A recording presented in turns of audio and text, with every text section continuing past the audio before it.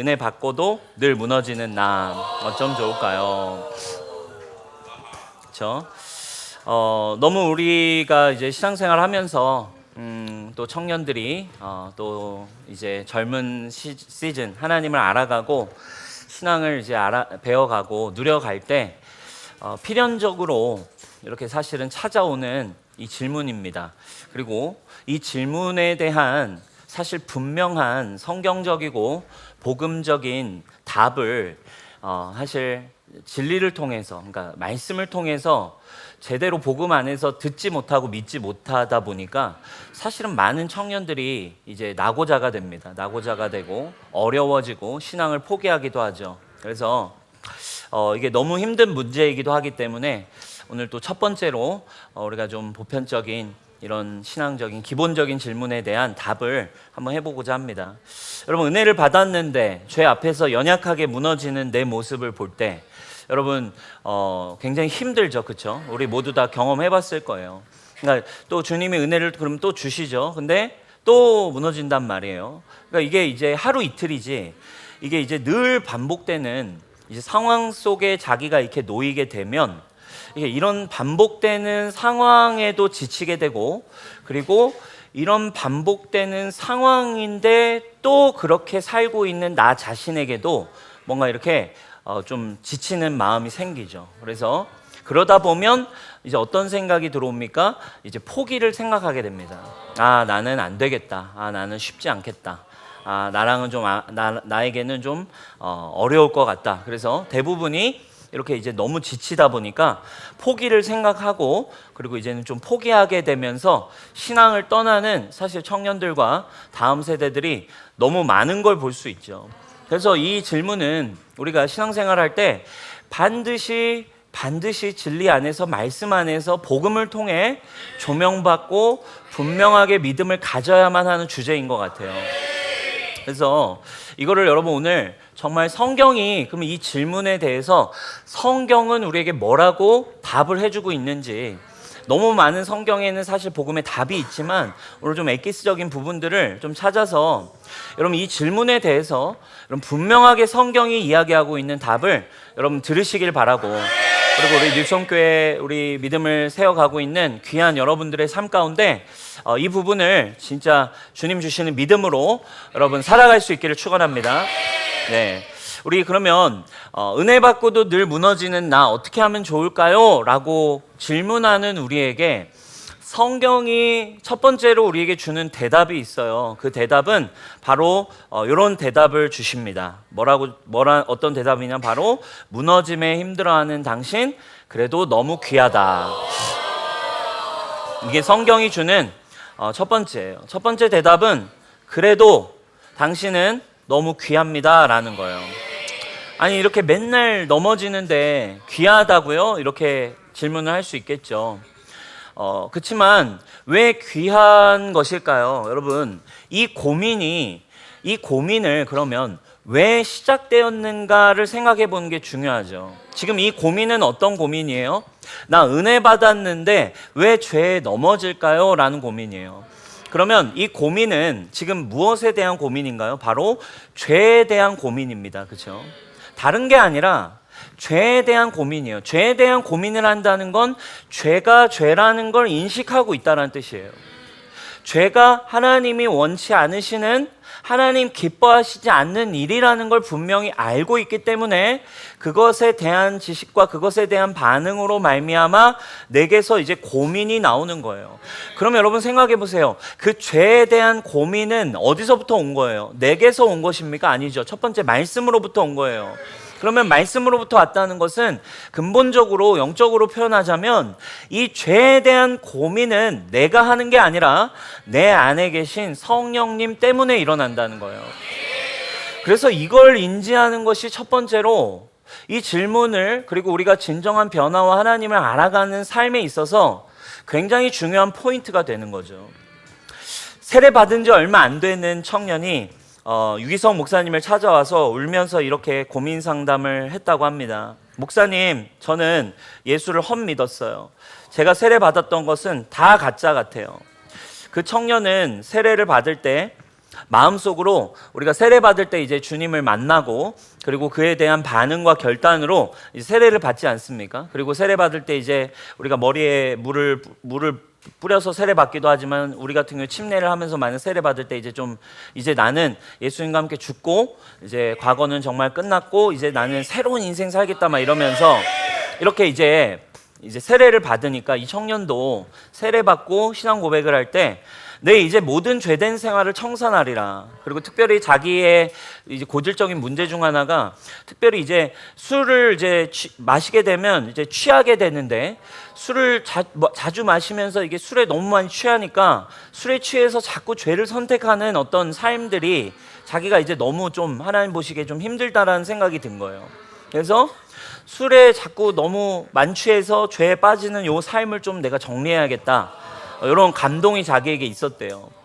근데 하루는 이제 회사 회식에 이제 참여했다가 이제 자기는 이제 취할 생각이 없었어요. 근데 한 잔, 두 잔 들어가는 술잔에 이제 자기도 모르게 이제 만취를 한 겁니다.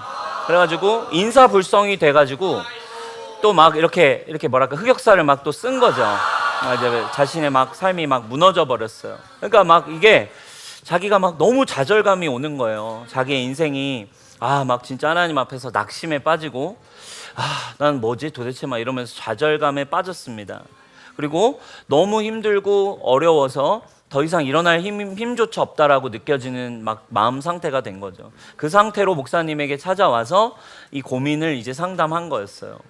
목사님한테 너무 힘들다고 진짜 나는 더 이상 일어날 힘이 없다 이렇게 질문하는 이 청년에게 목사님이 이렇게 되물으셨대요. 형제님이 지금 형제님 좋은데 형제님이 지금 왜 그렇게 괴로워하고 있죠? 형제가 괴로운 이유는 무엇일까요? 형제가 괴로운 이유는 형제님 안에 형제가 이렇게 괴로워하는 이유가 뭐죠? 이렇게 질문하셨대요. 그날 형제와 함께 그 자리에 있던 다른 사람들도 예수님 믿지 않던 다른 사람도 당신처럼 형제님처럼 이렇게 혹시 괴로워하나요? 그 친구들은 이제 예를 들면 신앙이 없는 친구들이니까 이렇게 대답 아니요 그 친구들은 너무 더 재밌었다고 추억이었다고 생각을 하겠죠. 아니 그런데 형제님은 왜 이렇게 이거를 즐거워하지 않고 왜 이렇게 다른 사람들과 다르게 이거에 대해서 괴로워하고 있습니까? 형제님이 그 다른 친구들과 다르게 이 문제가 괴로운 이유는 형제님 안에 계신 성령님이 근심하고 계시기 때문입니다. 그러면서 이 청년은 목사님이 펼쳐주신 에베소서 4장 30절을 읽고 또 울면서 회개하고 다시 돌아갔대요. 에베소 4장 30절에 이렇게 나오죠. 하나님의 성령을 근심하게 하지 말라. 그분 안에서 그 안에서 너희가 구원의 날까지 인치심을 받았느니라. 이렇게 얘기합니다. 여러분, 우리가 일단 기본적으로요.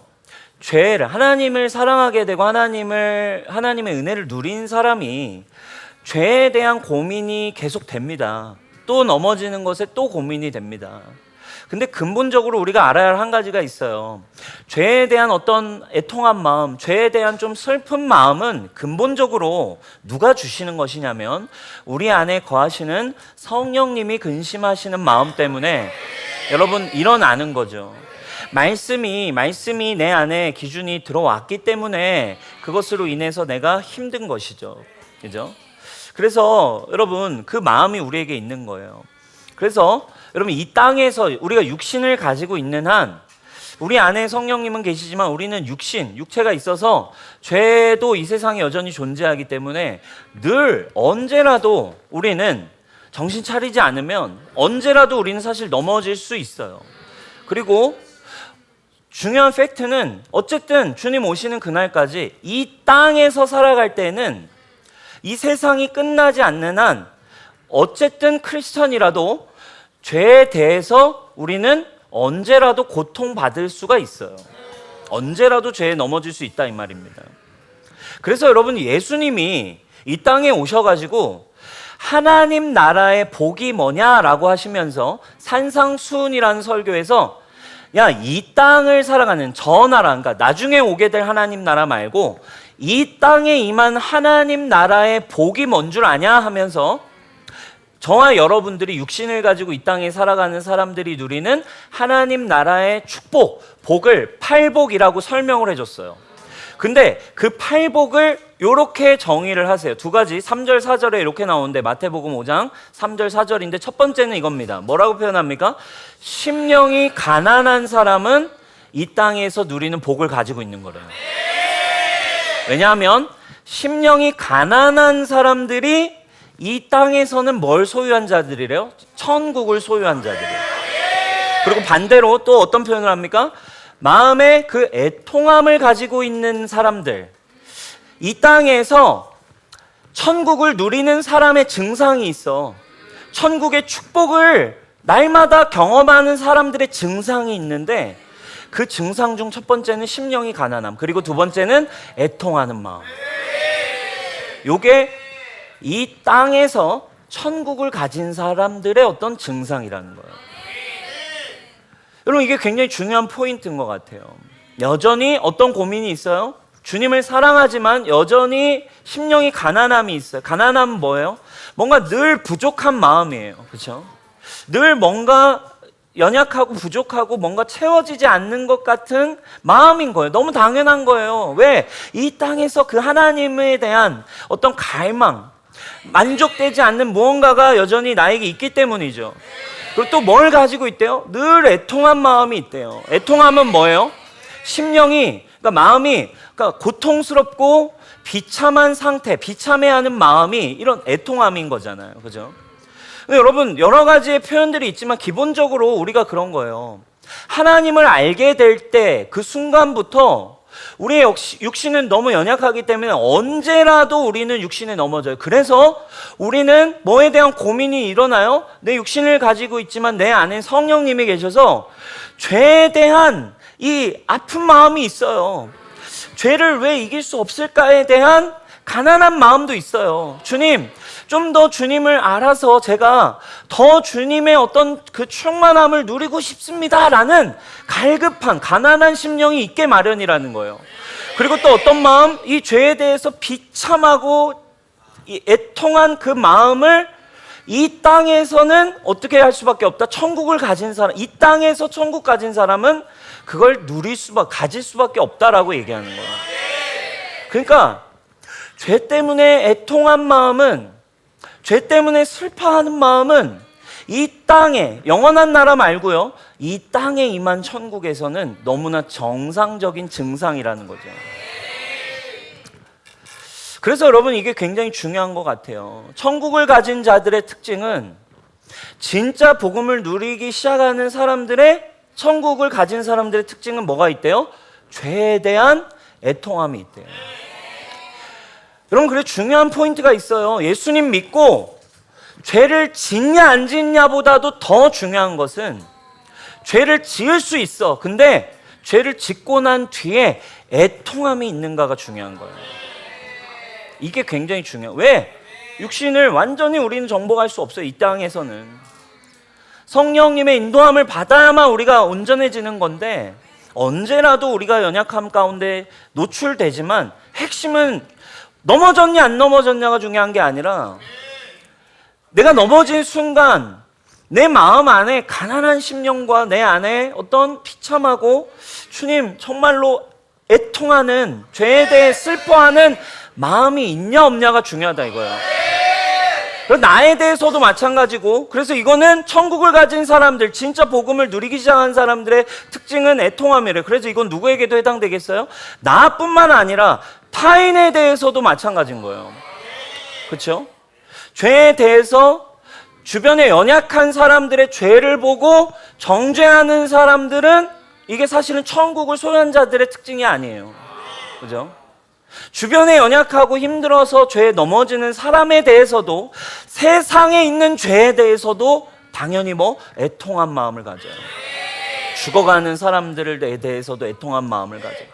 애통함, 이게 이제 우리의 특징이죠. 근데 여러분, 혹시 죄를 짓냐 안 짓냐보다 더 중요한 문제는 여러분들이 지금 넘어지는 순간에 애통함도 없이 주님이 슬퍼하시는 일을 하는데도, 죄를 짓고 있음에도 아무 감각도 없이 여러분들이 살고 있다면 그게 더 위험하다는 거예요. 연약한 거 괜찮아. 근데 그냥 이제는 나 몰라 하면서 성령님의 근심마저도 이제 아예 무시하고 듣지 않는 채 마치 거의 성령이 소멸되는 수준까지 가서 양심의 화인을 맞은 자처럼 이제는 죄를 지으면서도 애통한 마음 자체도 없다. 그게 사실은 더 심각하다는 거예요. 사랑하는 여러분, 연약할 수 있지만 특징은 뭐래요? 그건 귀한 거래요. 애통하는 마음이 있다는 거예요. 예수님도 얘기하셨어요. 천국이 그들의 것이다. 지금 이 상태가 예수님도 이렇게 이 땅에 임한 천국에 우린 처음엔 이해할 수 없어서 아니 어떻게 애통한 게 복이 있는 거야? 아니 어떻게 가난한 마음으로 늘 사는 게 어떻게 이 땅에서 누리는 천국일까? 근데 가만히 사실은 은혜를 누리고 죄에 대한 하나님의 기준 앞에 서다 보면 우리는 이 마음 상태일 수밖에 없대요. 여러분, 이 마음 상태, 요 말씀하신 이 상태를 가지고 살아가던 너무너무 위대한 사람이 한 사람이 있었어요. 그는 위대한 사도였고 신약 성경의 3분의 1 이상을 썼던 우리가 너무 잘 아는 사도 바울입니다. 그렇죠? 사도 바울도 동일한 죄에 대한 하나님의 은혜를 누구보다 누리고 알고 있었음에도 어떤 마음을 가졌어요? 이 죄에 대한 비참함, 애통함을 가지고 살았어요. 7장, 로마서 7장 24, 25절입니다. 우리 세 번역으로 한번 같이 한번 읽어보겠습니다. 시작. 아, 나는 비참한 사람입니다. 누가 이 죽음의 몸에서 나를 건져주겠습니까? 우리 주 예수 그리스도를 통하여 나를 건져주신 하나님께 감사를 드립니다. 그러니 나 자신은 마음으로는 하나님의 섬기고 육신으로는 죄의 법을 섬기고 있습니다. 네, 그렇죠. 바울도 지금 동일한 고백을 하고 있어요. 애통함을 가지고 있어요. 이 죄의 몸에 대해. 이 앞에 이런 표현이 나오죠. 죄의 법으로 말미암아 죄로 말미암아 나를 사로잡는도다. 그렇죠? 나를 죄에 빠지게 만든대요. 죄에 자기도 모르게 어느 순간 넘어지는 자기 자신을 바울도 어느 순간 언제든 경험을 했다는 거죠. 그래서 어떤 마음을 가졌어요? 나도 모르게 죄에 나도 모르게 연약해서 넘어지는 나의 삶을 보게 되는데 뭐라고 고백해요? 너무너무 비참하고 애통합니다. 도대체 왜? 이 육신 사망의 몸에서 누가 나를 건질 수 있겠습니까? 이거에 대한 애통함, 비참한 마음을 가지고 있었어요. 그런데 이게 중요한 게 아니라 바울도 가지고 있었지만 이제부터 이것을 변화로 가져가는 시작은 그 뒤에 25절의 고백에서부터가 시작이에요. 그 뒤에 애통함이 있었지만 애통함에서만 끝나는 게 아니라 그렇지만 그는 분명한 믿음의 분별의 고백을 하기 시작해요. 25절에 이렇게 이야기합니다. 우리 주 예수 그리스도를 통하여 나를 건져주신 하나님께 그럼에도 감사를 드린다. 그러면서 굉장히 중요한 믿음의 분별을 시작하는데 어떤 구별을 합니까? 나 자신은 마음으로는 내 마음으로는 하나님의 법을 섬기고 나 육신으로는 죄에 연약할 수밖에 없는 존재입니다. 육신으로는 죄의 법을 섬기고 있습니다. 이렇게 고백을 해요. 여러분 이게 좀 뭔가 좀 이상하죠, 그죠? 뭔가 그냥 정신승리 아닌가? 이거 약간 넘어진 뒤에 감사합니다, 주님. 저는 몸은 제가 이렇게 죄에 늘 넘어지지만 전 마음으로는 주님을 사랑합니다. 근데 여러분 그게 아니에요. 굉장히 중요한 믿음의 첫 단추입니다. 성령님이 내 안에 거하심을 인정하는 복음의 믿음의 굉장히 중요한 첫 단추예요. 25절에 분명히 얘기하죠. 마음으로는 하나님의 법을 섬기고 있다는 거예요. 이건 무슨 말입니까? 그럼에도 불구하고 믿음의 전환이 일어나는 거예요. 지금 얘기했죠? 그럼에도 말씀을 통해 내 안에 애통함이 있고 내 안에 그 근심하시는 성령님이 계심으로 말미암아 그리고 내가 성령님이 내 안에 계실 수 있는 근거는 뭐예요? 나를 사랑하셔서 나를 위해 십자가에 달리시고 나의 모든 죄와 사망을 이겨내시고 나를 주님의 자녀 삼게 해주신 25절에 뭐라고 배워요? 누구로 말미암아? 그리스도를 통하여서 예수님 때문에 내 안에 거하시는 성령으로 말미암아 그럼에도 나는 하나님의 자녀입니다. 왜? 내 마음에 애통함이 있기 때문입니다. 할렐루야. 나는 죄와 여전히 육신으로 말미암아 연약한 것이지 주님 그럼에도 저의 믿음을 보게 하시니 감사합니다. 제 안에는 성령님이 계십니다. 저의 마음으로는 저는 하나님을 사랑하고 하나님을 섬깁니다. 이게 여러분 굉장히 중요해요. 그래서 마음으로는 하나님을 섬긴다. 마음은 애통함이 있고 마음에는 그래도 주님을 향한 사랑이 있다. 그래서 동일하게 팔복으로 다시 돌아가 보면 이 부분도 주님이 동일하게 언급을 하세요. 8절로 넘어가면 이런 표현을 예수님이 또 복에 대해 설명하세요. 5장 8절입니다. 마음이 청결한 자가 복이 있나니. 할렐루야. 마음으로는 하나님의 법을 섬기는 사람. 마음으로는 내 존재, 내 영으로는 마음으로는 예수님이 거하심을 믿는 자들. 할렐루야. 육신으로는 여전히 연약해서 넘어져. 근데 애통함이 있어. 주님을 향한 사랑이 있어. 그런 자들은 어떤 자들? 마음이 청결한 자. 이런 사람은 복이 있는데 어떻게 된대요? 그들이 이제 하나님을 보게 된대요. 여러분 여기서부터가 이제 진짜 반전의 시작이에요. 연약할 수 있어요. 힘들 수 있습니다. 넘어질 수 있습니다. 그러나 믿음이 필요해요. 그럼에도 나는 주님을 사랑해. 그럼에도 내 안에 이 죄에 대한 애통함이 있어. 나는 죄를 이겨내고 싶어. 내 안에 계신 예수님으로 말미암아 감사해. 요 마음, 그죠? 요 마음으로는 하나님을 섬긴다. 마음은 청결한 사람들이 왜 중요하냐면 그때부터 이들은 변화가 시작되는데 어떤 변화를 갖기 시작해요? 애통함을 갖고 청결한 마음이 있는 자들은 비로소 하나님을 볼 수 있게 된다. 여러분 그래서 변화의 시작은 뭔지 아세요? 하나님을 보냐 안 보냐예요. 지금 이게 그냥 일반적인 얘기겠죠. 제가 설명을 드릴게요. 하나님을 본다는 게요 사실은 죄를 이길 수 있는 유일한 길이에요. 이게 가장 올바른 변화와 회개의 시작인 거죠.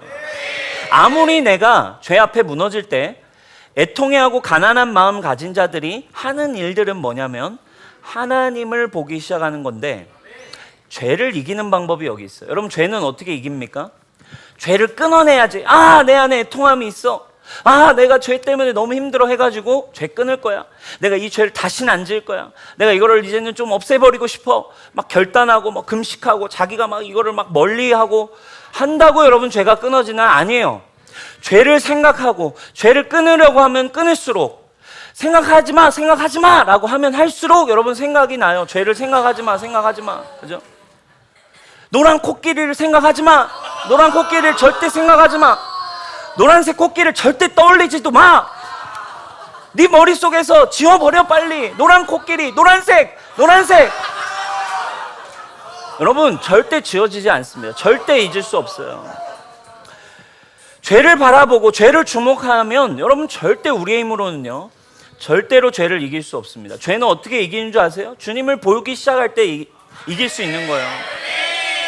죄에 몇 번 넘어졌는지, 죄를 어떻게 이기는지, 지난 금요일에 네가 뭐 했는지, 네가 얼마나 이런 죄를 짓고 있는지 알아? 이것을 생각나고 보게 하는 거, 죄를 자꾸 생각나게 해서 죄를 들춰내는 일은 누가 하는 일인 줄 아세요? 바로 사단이 하는 일이에요. 그러나 하나님이 하시는 일은 우리 안에 계신 성령님이 뭐겠어요? 여러분 심판자로 우리 안에 계시겠어요? 감시자로 오셨겠어요? 아니에요. 성령님은 진리의 영이십니다. 주의 영이 계신 곳에 참 자유가 온대요. 성령님이 우리 안에 사시는 일은 죄에 대해 근심하시지만 죄를 보게 하시고 죄를 들춰내시는 일은 성령이 하시는 일이 아니에요. 성령은 우리를 예수님을 보게 하세요.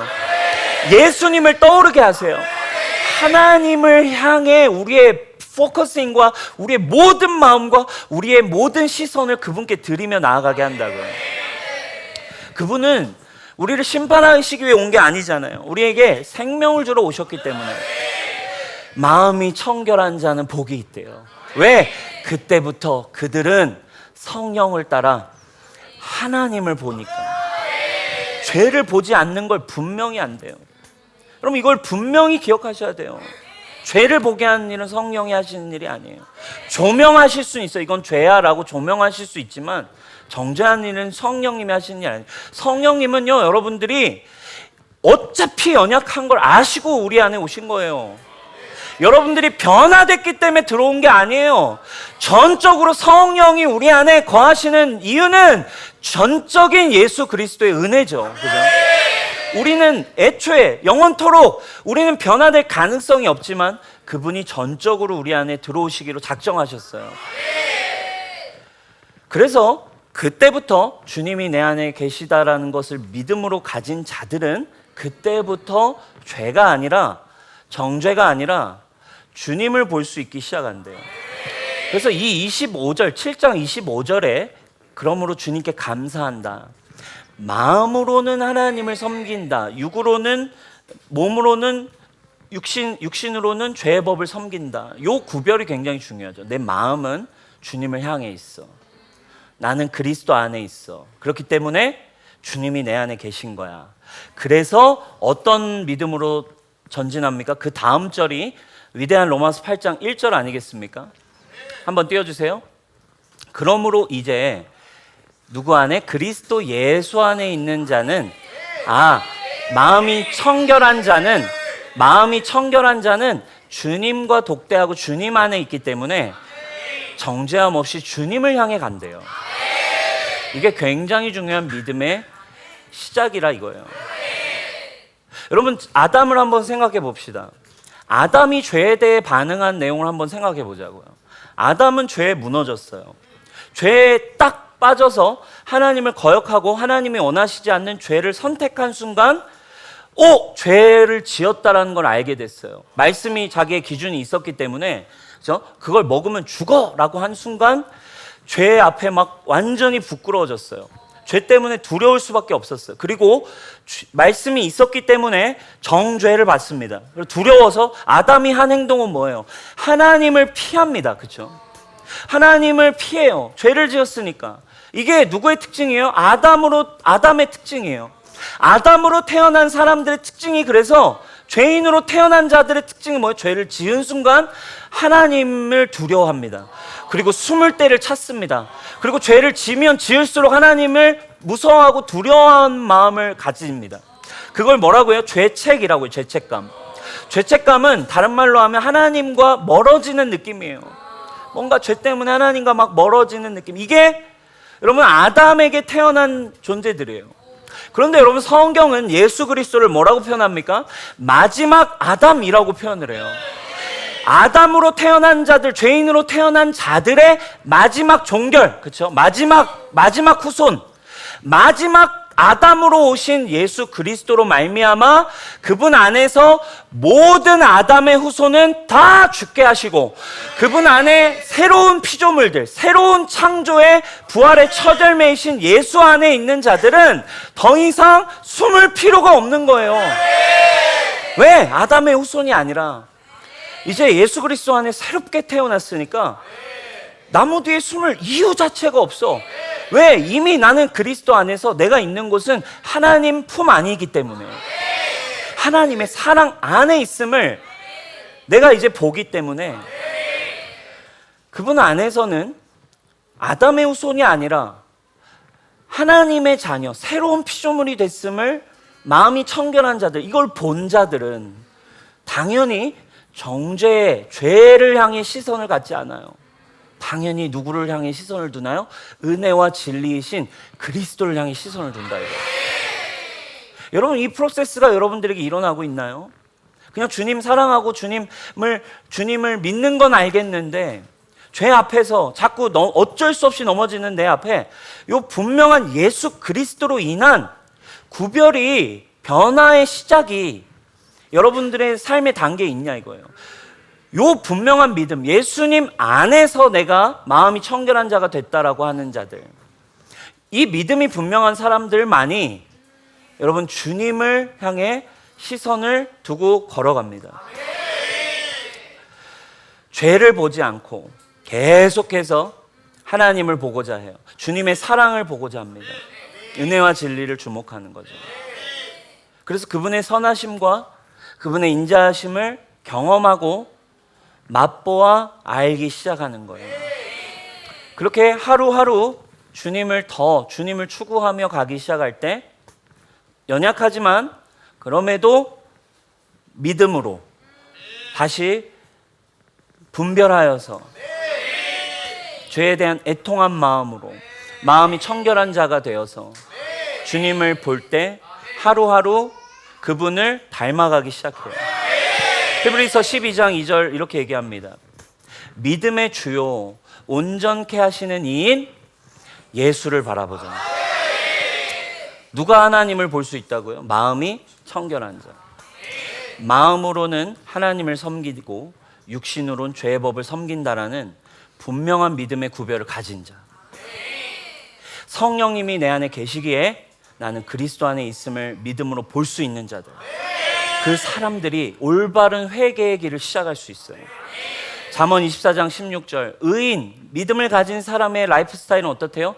7번 넘어져도 다시 일어난대요. 할렐루야. 왜?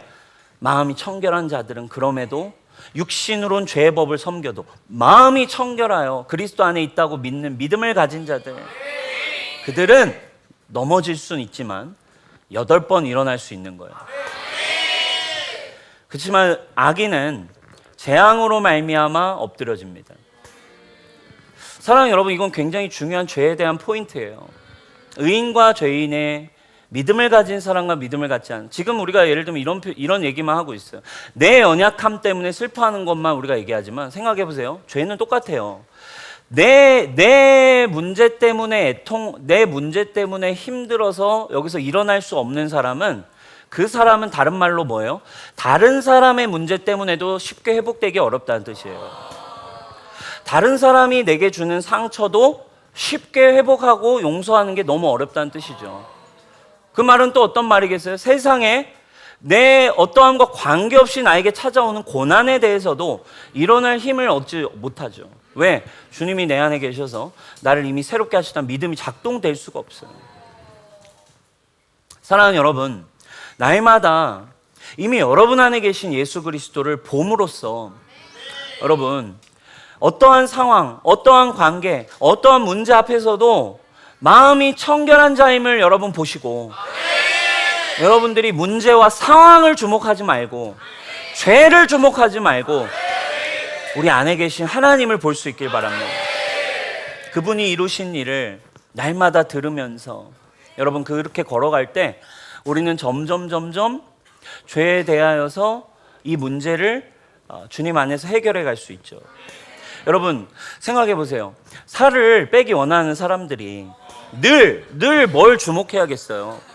살을 빼려면 늘 뭘 봐야겠습니까, 여러분? 뭐 몸짱들을 보든지, 뭐 운동하는 영상을 보든지, 뭐 건강식을 좀 보든지 이래야 되는데, 살 빼기를 원하지만 당연히 막 운동하는 곳을 더 기웃기웃 거리고, 이래야 되는데 뭘 봅니까? 늘 먹방 보고 살 빼야 되는 걸 아는데 오늘은 뭐 맛있는 거 먹지 이러고, 나 살 빼야 되는데 이 말은 왜 하냐고. 그러면 나 살 빼야 되는데 이러면서 나 살 빼야 되는데 이러면서 막 먹잖아요. 그죠? 그게 사실 저의 이야기였어요, 여러분. 그죠?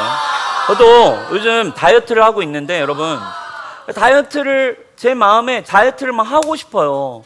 살이 점점 막 쪄갑니다. 건강도 막 악화돼요. 옷이 막 맞질 않고, 막 옷을 막 이제 막 뱃살을 막 커버하려고 막 옷을 점점 큰 거를 막 입고 다이어트를 하고 싶은데 되지 않아. 근데 나도 모르게 밤이 되면 배민을 나도 모르게 키고 있어요. 살 빼야 되지만 나도 모르게 여보 뭐 먹을래? 이러면서 배민을 켜고 있고, 그리고 나도 모르게 그냥 습관적으로 냉장고를 열고, 뭘 볼 것도 아니야. 근데 그냥 열고 그냥 한번 봐. 그리고서 문을 닫고. 근데 여러분 중요한 건요, 내 마음은 청결해. 내 마음은 진짜 살을 빼고 싶어. 내 마음은 진심이에요. 살을 빼고 싶은 이 마음은 청결해. 그렇죠? 진짜 빼고 싶은 거죠. 근데 자꾸 안 돼. 그죠? 자꾸 안 돼. 늘 연약하여 주님을 향한 살을 빼고 다이어트를 향한 순전한 마음이 있는데 자꾸만 연약해서 이렇게 먹게 되는. 그리고 먹고 나면 또 이제 후회가 막 찾아와요. 정죄감을 막 받는 거죠. 진짜 왜 그랬냐 진짜 어제. 그냥 1인분만 먹어야지 먹으면 왜 1.5인분 2인분을 먹어. 그래서 제가 근데 주님의 좀 은혜를 주셔서 어떤 이렇게 순종의 마음이 좀 부어져서 제가 다이어트를 이제 시작할 수 있게 됐어요. 그러니까 전적인 은혜로 스타트를 할 수 있게 됐어. 그리고 또 이게 감사하게 좀 시간이 지나면서 한 몇 주가 지나면서 3, 4kg 정도가 빠졌어요. 근데 3, 4kg 정도가 딱 빠졌는데 주변에서도 그러고 나 스스로도 거울 보면서 뭔가 쉐입이 달라지는 느낌이 막 드는 거야. 그러니까 쉐입이 조금씩 달라지니까 이 맛을 막 내가 느끼는 거죠. 이거 다이어트에 이 맛이 있는데 이 맛을 아니까 여러분 만족이 안 돼. 더 빼고 싶고 그리고 더 이제 결단을 할 수 있게 되고 이 기쁨을 더 누리고 싶어. 그죠? 이 다이어트가 주는 살이 빠졌을 때 그것이 나에게 주는 평강과 그 감사와 그 자유함을 막 더 누리고 싶은 거죠. 그래서 제가 막 하게 됐어요. 그래서 지금 제가 거의 10kg를 뺐습니다, 여러분. 그래서 여러분 놀라운 거는요. 이 맛을 알게 되니까요. 이전에는 마음만 청결했어. 유혹을 이길 수가 없었는데 제가 어제 딱 설교 준비를 하면서 짤을 하나 봤는데 어떤 애 아빠가 이제 짜파게티를 너무 맛있게 먹는 거예요. 그래서 제가 밤에 이제 지금 안 먹으니까 근데 설교 준비하니까 막 이렇게 온통 신경을 쓰다가 그걸 딱 받으니까 유혹이 확 들어오는 거예요. 그렇지만 저는 이 맛을 알잖아요. 이거를 넘어가면 내일 더 멋진 옷을 입을 수 있다. 이 자유함, 안 맞는 옷이 들어가는 자유함이 저에게 있으니까요. 놀라운 일은 이렇게 되고 나니까 제가 어제 그런 상황이 와도 짜파게티 뭐 이런 거에 유혹을 거절하기 시작하는 거예요. 거절할 수 있어요. 저는 이전까지는 아예 몰랐어. 그리고 샐러드를 내 돈 주고 사 먹는다? 이거에 대해서 상상해 본 적이 없어요. 도대체 그 맛없는 풀떼기를 왜 내 돈 주고 내 돈을 내서 그걸 왜 맛없는 걸 돈 주고 먹어야 돼? 그런 생각을 가지고 있었어요. 근데 요즘은 이 샐러드의 맛을 알기 시작했어요. 말씀이 송이꿀 같다 뭐 이런 표현. 아니 어떻게 말씀이 송이꿀 같을 수 있어? 말씀을 어떻게 내가 막 송이꿀처럼 막 이렇게 달콤하다? 말씀은 읽으면 읽을수록 잠만 오지. 누구만 경험하는 거예요? 주님을 보기 시작하여서 이 맛을 경험하기 시작하는 자들. 이 은혜의 주님의 선하심과 인자하심을 맛보아 안 자들.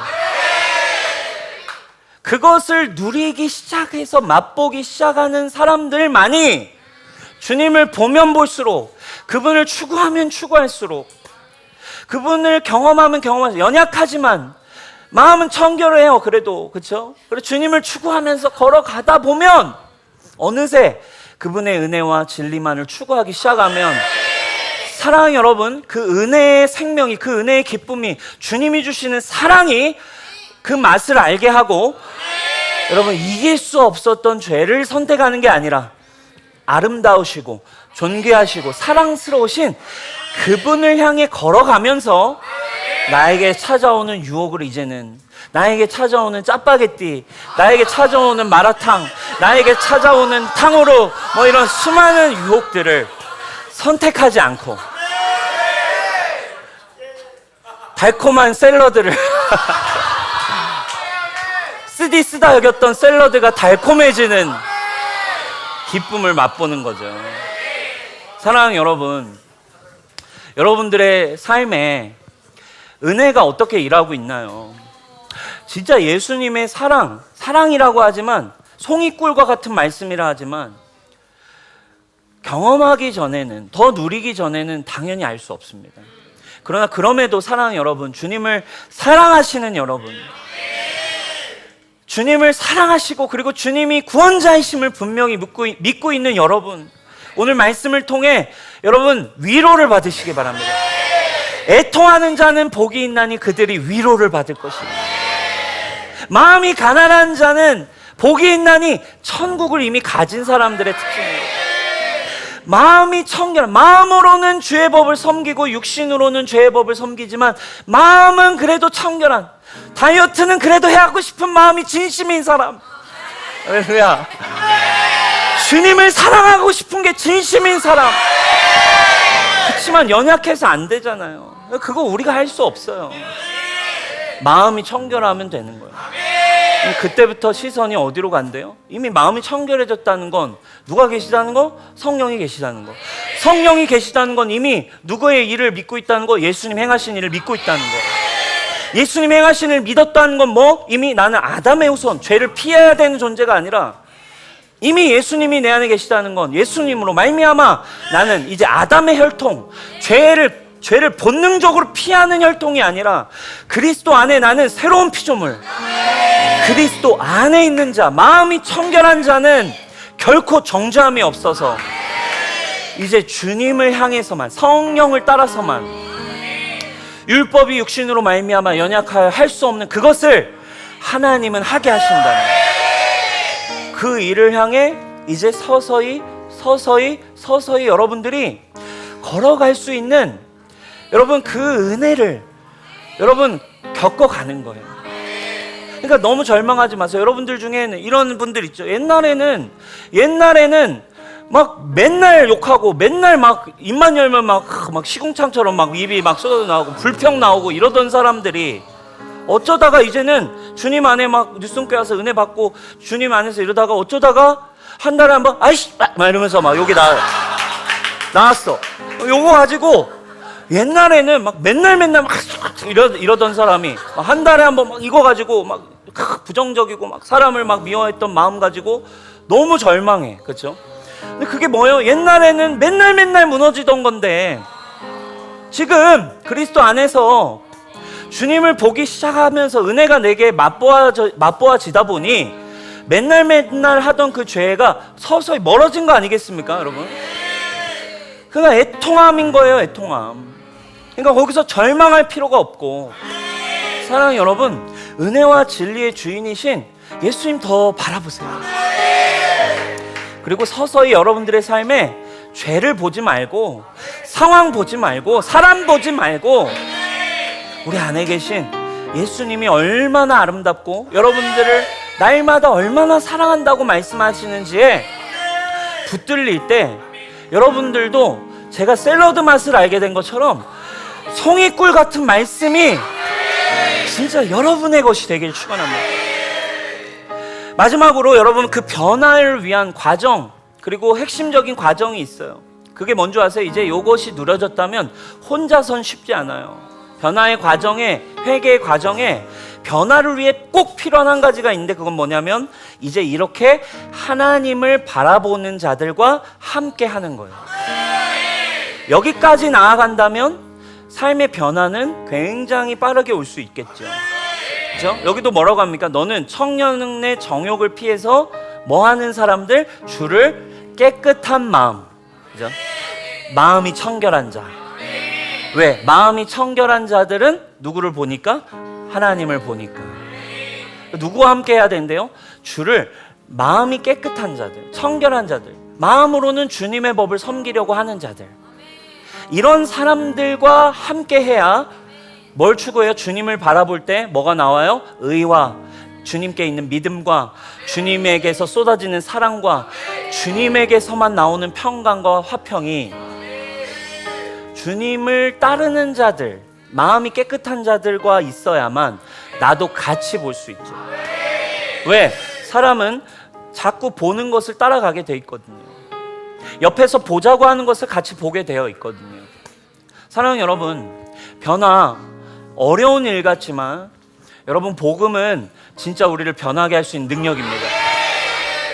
그리고 복음이 우리를 변하게 할 수 있는 유일한 사랑이고 생명인데, 사단이 끊임없이 자꾸 정죄할 거예요. 여러분 기억하세요. 나는 그리스도 안에서 이미 하나님을 보는 자입니다. 죄를 보지 않고 함께. 그래서 여러분들 그 마음이 여러분들 안에 갈망이 있다면 오늘 셀 모임 하면서 도움을 요청하세요. 저 진짜 이제 주님의 사랑으로 정말 변화의 길을 걷고 싶어요. 나와 함께 해주세요. 깨끗한 마음으로 부르는 당신들과 좀 함께 하면서 진짜 변화를 저의 삶에 더 누리고 싶습니다. 함께 해가면서 사랑하는 여러분, 진짜 복음이 이야기하는 가장 행복하고 가장 아름답고 나를 자유케 하시기 위해 오신 예수님의 언제나 기쁘기만 한 축복이 여러분들의 삶에 누려지기를 축복합니다. 우리 하나님께 영광의 박수 올려드립시다. 우리 자리에 일어나서 함께 주님을 찬양하십시오.